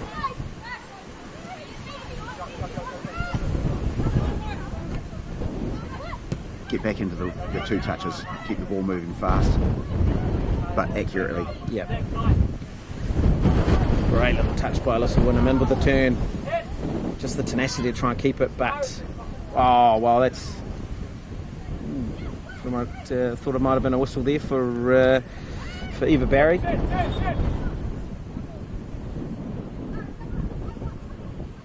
Oh, did they hit the referee? Yeah. What do you think about that, mate? Just play on? Play on, yeah. Yeah, they had the ball now. She's just given the Central girls a chance to ball in. Organise themselves. A little scramble in front of goal there. I think that was Dominikovic again, mate. Yeah. She could have had a hat-trick on her 21st. But a ball across to her. Hit burn on that edge of the box. Ball to Lara Wall. She puts the ball across. Gabby Rennie looking to get number 4 for the day. Sammy Senior drives it back. Oh, great save again. Brooke Bennett. Very good save. That was Whitney's effort from it. Was really well laid off for Whitney at the edge of the box. Got a good strike on target and keeper made a good save. That was Whitney's getting a bit of room on the edge of the box now that wasn't happening in the first half. And that's why I think Canterbury is stretching this Central defence. Central sitting a little bit deeper. So Emma Clark won't be happy with that. Yeah, ball in behind. All the pressure off. Yeah. And you'll see Brooke Bennett maybe take a bit of time here, the Central keeper. Well, in the old days, Mike, if you wanted to have a breather, you just booted the ball out of the park, didn't you? And then let them go and get it from the hill or whatever it was. Now they come straight back in and you don't get that chance to have. So Australia, this park's seen a big change in what it used to look like, yeah? Yeah. When we first came here, Mike, it had a bike riding track around the concrete or asphalt riding track around the outside of it. So it's had a fair bit of changes. You got Lara Wall breaking on the left-hand side here. She's going to cut in, but great defending again. But she picks it up. Great tenacity, Lara Wall, and she wins a corner. Sorry, mate. So when it was grass, you play the English Cup. They wouldn't allow games on here for a long time, and then English Cup would have games on during the weekends, and it'd get an absolute hammering, and it'd be closed. So the turf allows play to go on day, night, all year long. So it's a good change. It's a good change. Yeah. Cool. Probably reflective of players that we've got coming through, especially within the female ranks who are pushing into that international side of the arena. Well, these girls who play in the States are used to it. They got turfs all over the place, and this is probably about just over 10 years old, this turf. So the technology in turf is rapidly improving, and every time you get, when it does get done, it'll be a better one. So good ball in. Just cleared off the line, and Sam Senior having a shot from just inside the box. And you've got Hepburn on the ball now. Lays off to Rennie. And lots of pressure, mate. That's 3 corners in a row. Yeah.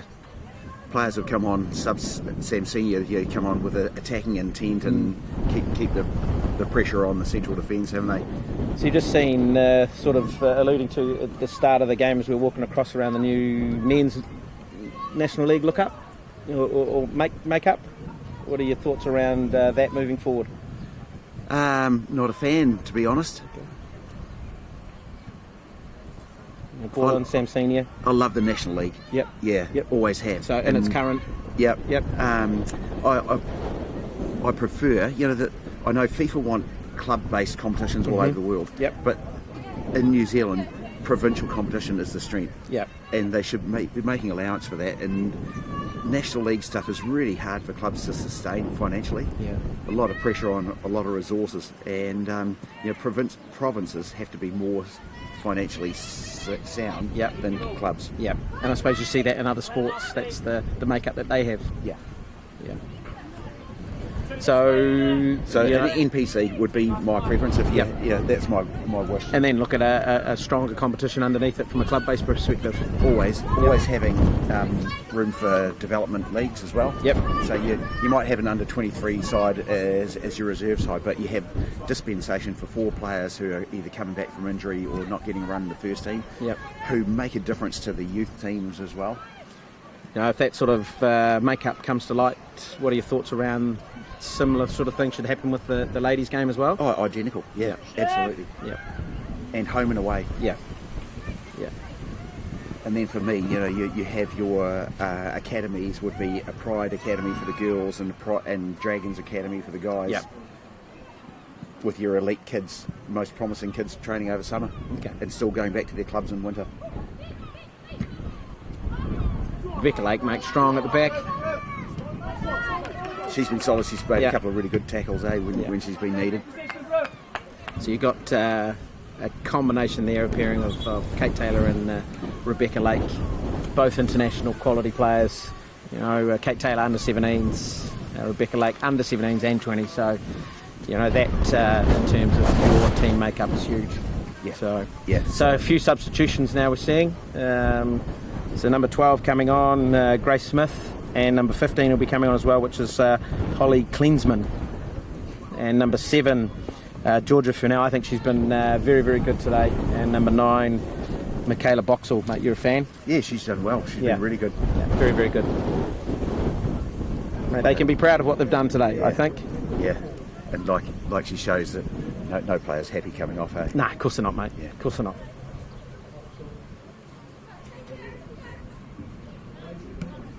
So both teams looking to clean the benches, give players a run, which is great in terms of this 5 substitution rule, especially today. Oh, great little ball over the top for Gabby Rennie. A little bit indecisive. She hesitated, didn't she?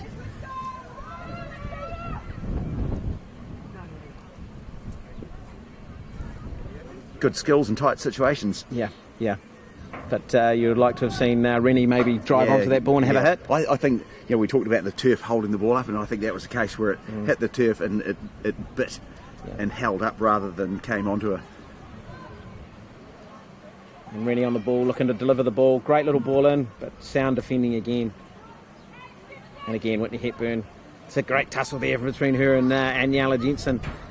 She's done well, put a good ball forward. And some pressure.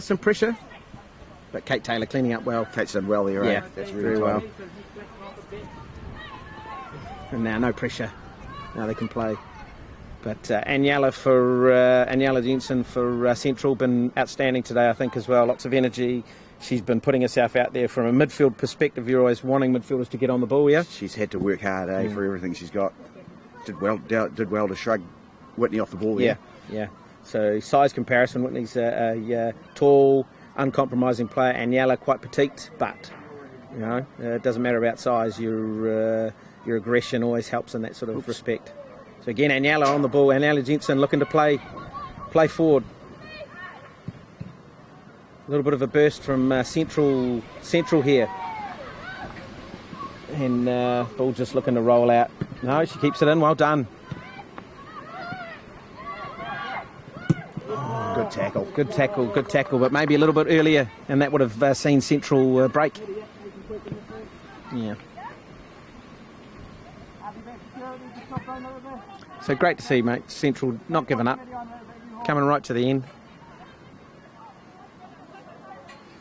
I think Pride have made 5 subs, Mike. Yep. So they got one to go. One to go. So one up the sleeve. So you're looking at allowance for an injury.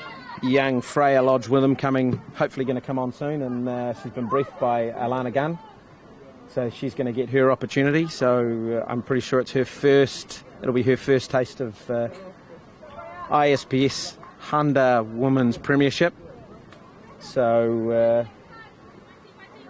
she'll be looking to make an impact. She's very uncompromising, very physical, very athletic player.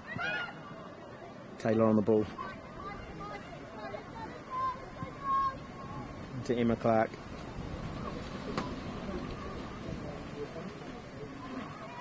And although Central, they're getting numbers back, they've conceded the flanks, haven't they? Yeah. Canterbury have had plenty of space out wide. Yeah.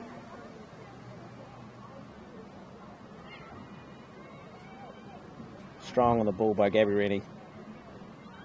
So a player that shifted to Auckland this year to be part of the FFDP program, and Tom Samani thinks quite highly of her. But you've got Lara Wall on the far post, pulls the ball across. Oh, Sam Senior just looking to open up or maybe she should have just put her foot through it. Yeah, she opened it up and put it wide, didn't she?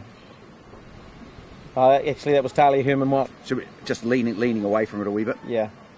And so we've now got Kate Taylor coming off, so she can be pretty happy with her performance today. And Freya Lodge with them coming on. Mike, why do players, women and men, have to go to Auckland to be in front of selectors? Yeah, I don't know, mate. That's been around for as long as I can remember it. To be honest, I'm not 100% sure why, and I think. Well, I'll tell you. I think I think it's because it's easier. It's because the selectors don't come down here. Yeah. Yep. I think we're luckier in terms of the girls' side of things because we have I suppose, a better handle and a better communication piece with the top end at New Zealand football. And again, that's what you get from having a successful side, isn't it? You get players who are noticed. But also I think a key part of the programs down here, it's not just about winning the National Women's League, it's actually about how many players we can get on the international stage. And I think this program down here really highlights that, but the communication to get the players in front of those coaches is high. But again, the success factor, Canterbury United Pride, very successful in the National Women's League, always elicits that sort of thing. But I'd love to see selectors down more, maybe training with the players and that sort of thing. I think it's better, but it can be even more better. Mike, I'm going to get out of the way and you're not. You introduce a special guest. No, you stay here as well, mate. We'll have a quick chat to her. Hey, look, we're going to welcome Annalie Longo to the commentary team here. Hey, thoughts for today? Yeah, balmy afternoon here in Christchurch, but fantastic that the Pride girls are up, but I think they'll be a little bit disappointed that it's not a few more, but in saying that, 3 points is the most important thing, and good to see a number of spectators out and about on a lovely day, and hopefully they can get the job done and score a few more goals. Yeah, well, here we go. Here we go. Oh, great tackle. Oh, no. Referee's given a penalty. So that was, who was that breaking through? I think it was Whitney Hepburn. Yeah. So great little breakthrough there, and now we've got a penalty. And your recovery from your injury, how's that going? Yeah, it's coming right. It's been a bit of a slow process, but I'm starting to feel good, and hopefully back out there shortly, and excited to hopefully put the Pride jersey on before I head away. Yeah. We saw you doing a few sprints. Stroudy and I saw you doing a few sprints beforehand. We thought we might join in, but we're probably a little bit off the pace at this point in time. So here we go. We'll just watch this, and you got Rebecca Lake looking to add to her tally for the season. Yeah, certainly she scored two penalties already, so I'm sure she's calm and composed, and we'll see if she goes the same way. We'll see.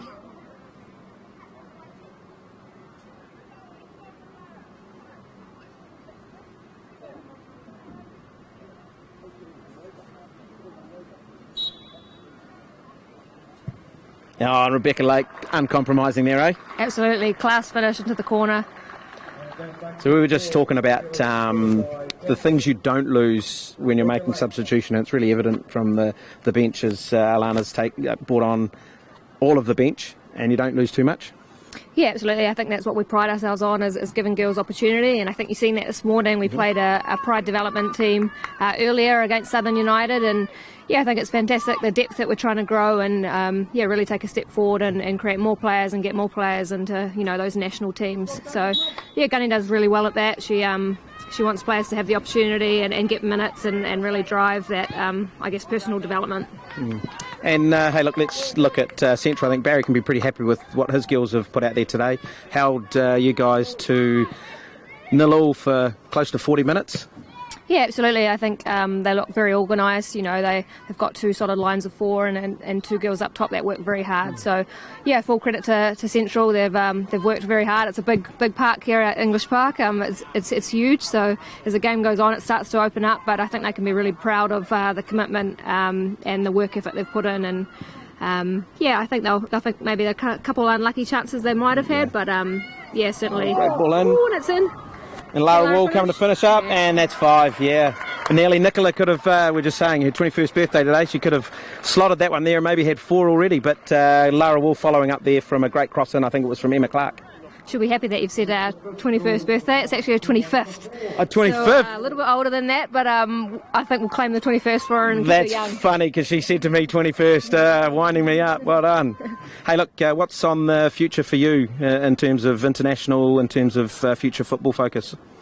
It's a little bit hard to know at the moment, but hopefully we've got an Olympics next year, and I guess as soon as the borders open, we'll start to see the Ferns hopefully training and travelling and playing again. But in the near future, I'm heading over to the Double League again, which I'm excited about. As soon as the injury comes right, I'll be back out for Melbourne Victory this season. So looking forward to it. But yeah, just grateful to be out playing and doing what we love. When you look around the world, a lot of people are still struggling in countries, and I think we're just really grateful to have a season and be able to be out here and playing what we love. Awesome. Hey, look, we'll let you get back into it, but hey, best of luck for the ongoing recovery. Hopefully you do get to the Capital game. It's got a bye this weekend, so that gives you a little bit more time. And then leading up to probably the Pinnacle game, which will be Northern maybe. Yeah, definitely. We'll take one game at a time. Obviously the bye next week, and then we'll recharge and be set for Capital. So, good. Yeah, thanks very much, and enjoy the rest of the game. Cheers. That's Annalie Longo.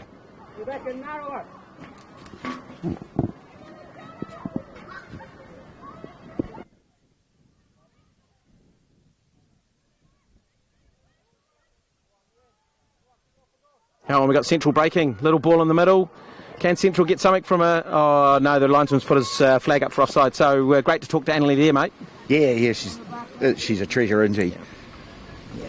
So she's, leading and supporting the development of the women's game here, and you can probably say doing a great job in that sort of space. And leading by example as well, just showing the girls what can be done. Like, there's opportunities overseas as well, and, why can't we do it?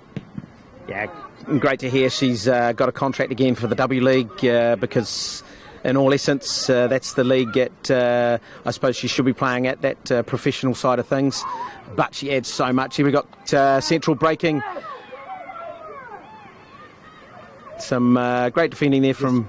Every player wants to play at the highest level you can, and there's an opportunity there, and she's done really well. So you've played to the highest level. What does it mean to a player? Oh, everything. You play for your country, that's as high as you can go. I was sort of in and out for a long time, but out at the times when we went to, like the likes of Olympic Games, went to under 23s, so you miss out on that opportunity. But World Cups as well, times I was out, we were having World Cup campaigns, but that's what you play for, yeah. And I wanted to beat Australia. And the closest I got, I was on the bench when we drew 0-0 at QE2. So another time, in the return match I was supposed to play when Jason Batty was injured, but he made a late recovery. Bobby Clark sat me down and said, "Look, I'm going to play him." I said, "You don't have to do that. You don't have to play him." And what did he say? Let him rest. And he said no. Yeah. Okay, and what was the score on that one? Lost 3-0. So maybe if you'd played, it could have been a bit different. Oh, I'm sure it would have been. Sure it would have been. So you hear that now from Alan Stroud, that would have been a little bit different.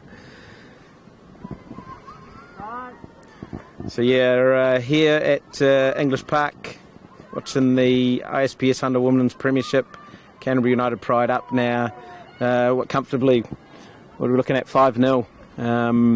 And we've been stitched up by the birthday call. Actually 25th birthday, and you got Central breaking through. Good and tackle. A great tackle again.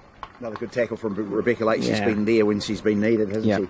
But again, Central not giving up, and great to hear Annalie giving them some praise around how they've played and the pressure that they've put Pride under today. They deserve something. Well, they do, but on the other side, they probably deserve. Would be nice to see them score a goal and get something for their efforts. But Canterbury will be wanting to keep that clean sheet. Absolutely. And Una will be demanding it. Absolutely. So here we go. We've got a corner on the far side. Again, that wind's playing havoc.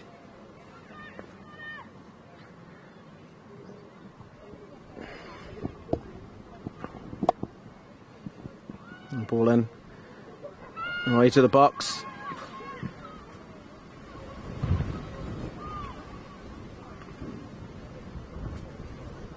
Gabby really cleaning up. She's been at the back, at the front. She's been slotting goals. She's been making tackles, mate. She's had a great game, yeah? Yeah, she's been everywhere. She's been really good. And, she attacks at pace as well, eh? Yeah. Here you got Freya Lodge, who's come on as a substitute. She'll be adding some more energy there. And then you've got Alyssa Wynnum. Two of the youngsters linking up. Ball in, edge of the box, and Lara Wall shooting. There's a handball there, Mike. Yeah, not sure. I think ball was down by her side, so maybe, when you put the letter of the law to it, ball's not in an unnatural position, let's say. Yeah, I thought that was probably more of a penalty than the last one. Hang on, I think VAR is just going to check. The tackle that was a penalty? What do you make of that? Yeah, I probably thought it was actually a tackle. Good tackle. Yeah, that's what it looked like. Good from behind here, but hey, look, we're not down there. She took the player first. Yes, she could have. So you've got Sam Senior looking to take this penalty and get it in the box, and can the Pride make it 6? Near post corner. A little bit of a mix-up. Oh, and it's slotted in by Emma Clark. And that's number 6 for Canterbury United Pride. So, as things draw to an end, I think it was 4 minutes of extra time. We're now seeing a real dominance of this Canterbury United team coming through. Reflective of their dominance and the position they've had, and their attacking as well. The chances they've had as well. Yeah. Hey, look, I'm just going to give a shout out to my family. Hey, all the kids at home, I hope you've done the dishes. All right, I hope you had some lunch. I want to shout out to Hayley. Anyone you want to shout out for Mr. Stroud? No, just say have a Merry Christmas coming up, and come and enjoy the football down here. We've got the Dragons are playing away tomorrow, but they'll be home against I think it's Hawke's Bay next Saturday 4 o'clock. So that's down here? Yeah, home games. So get on down there, got Lara Wall breaking through.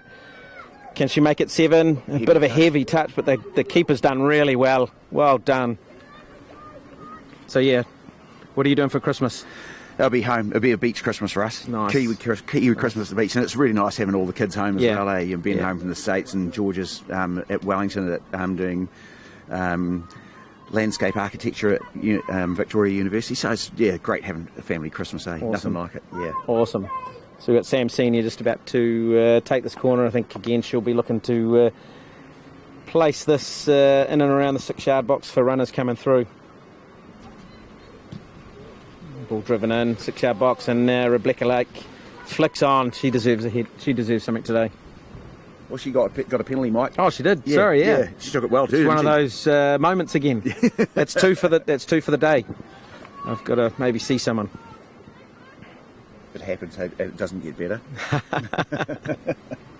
That's awesome.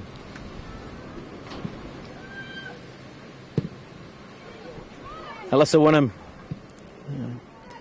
And she's done the job that Alana Gunn's asked her to do. Yeah, she's been very effective, hasn't she? She's come on half-time, and I understand players will be disappointed to be dragged off, but they're sharing the game time around, and they're stacking cases. And Wynnum shoots all just wide of the near post there. Great little move down the left-hand side there, and Lara Walsh, she's been in a lot of activity this week, and Alyssa just couldn't finish that at that near post. All the subs put their hands up and say, you put a case for a starting lineup, don't they? Mm-hmm. And as a coach, that's what you want. Have. Yeah. Yeah. Unless you're playing Australia. Yeah. Yeah.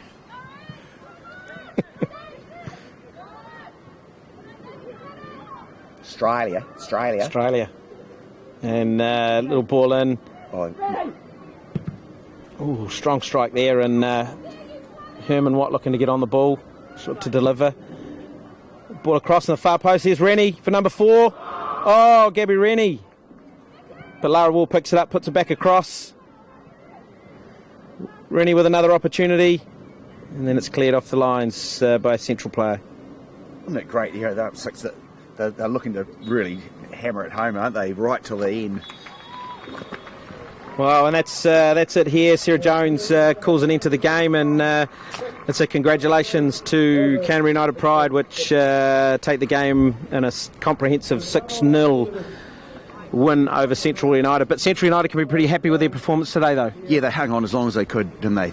Yeah, they were a wee bit unlucky to concede before half-time. If they counted at 0-0 at half-time, I think they would have been very happy. But two late goals in the first half, and then Canterbury just confirmed their dominance and turned their possession and dominance into goals in the second half, and really could have had a bag full more. And I think you said it right at the start, where you said the conditions in terms of the temperature is always going to take its toll, and I think we saw that sort of energy sapping coming out of the Central players, considering the amount of possession that Canterbury United Pride had, and they had to chase the ball up. And they didn't have a chance to keep the ball for any sustained periods, did they? They looked, when they got the turnovers, they looked to get it in behind Canterbury and attack quickly, which meant they're turning possession back over again. And again, Canterbury were pressing high, winning the ball high and putting pressure on their goal. So they're having to work really hard to get any look at the ball at all. Yeah. And that's going to take its toll. Yeah, of course it does. And as we sort of look forward to the progression of the league, we've got the Pride who are on the backside of a bye coming up. Yeah, which will be good for them to consolidate what they've done today and work on things moving forward. What does Central now do away from here? Oh, I'm not sure who they've got next week, but you know they're going to have a crack at any team they're going to play, and they'll, as long as they stay together, they'll just keep getting better. Yeah, and I think we discussed that with Anna Lee about the youthfulness of the Central side, and they've got Capital next week, which is a big game, and I think the Central side can actually do something. Yeah, it is, and it's away at Central, so big challenge for Capital, because I think the Central side, from what I saw today, has got a bit of potential to do something different. Yeah. But hey, hats off Canterbury United Pride, too strong on the day, 6 goals, 3 to Gabby Rennie, could have had 4. And I think worthy winners moving through. Yeah, they were well rewarded for their efforts. They played well. They played a really positive game as well, and got the good result. Good. Hey, look, it's been awesome sitting up here chewing the fat with you and commentating on this on the game. What's the week got planned for you? Day off tomorrow. Yeah, there's no football. I'll be watching the Dragons. They're on telly on Sky Extra tomorrow, so I'll be watching that. Yeah, parked in front of the TV, watching the boys play, and hopefully they can turn around a bit of a poor result against Waitakere last week with an away win and get some points on the board, get a good performance, and is really important, and then go forward from there. And then training Monday night with the boys and back into it. Good. Hey, look, we're going to wrap up here. So, Canterbury United Pride, pretty convincing winner, 6-0 over Central today. That puts a bit of a statement out to other teams in the league as they head into the bye. And then it's a big game for Capital for them. And then a big game coming up for Central against Capital next week. So, congratulations to Gunny and her coaching staff and her players. And we'll look forward to seeing you back here in a couple of weeks at English Park for another round of the ISPS Handa Premiership. I think it's men and women. So have a great day. It's been awesome doing this. And Stroudy, thanks for coming along and chewing the fat with me up here. Awesome, Mike. Good to see you. Okay, take care. Goodbye.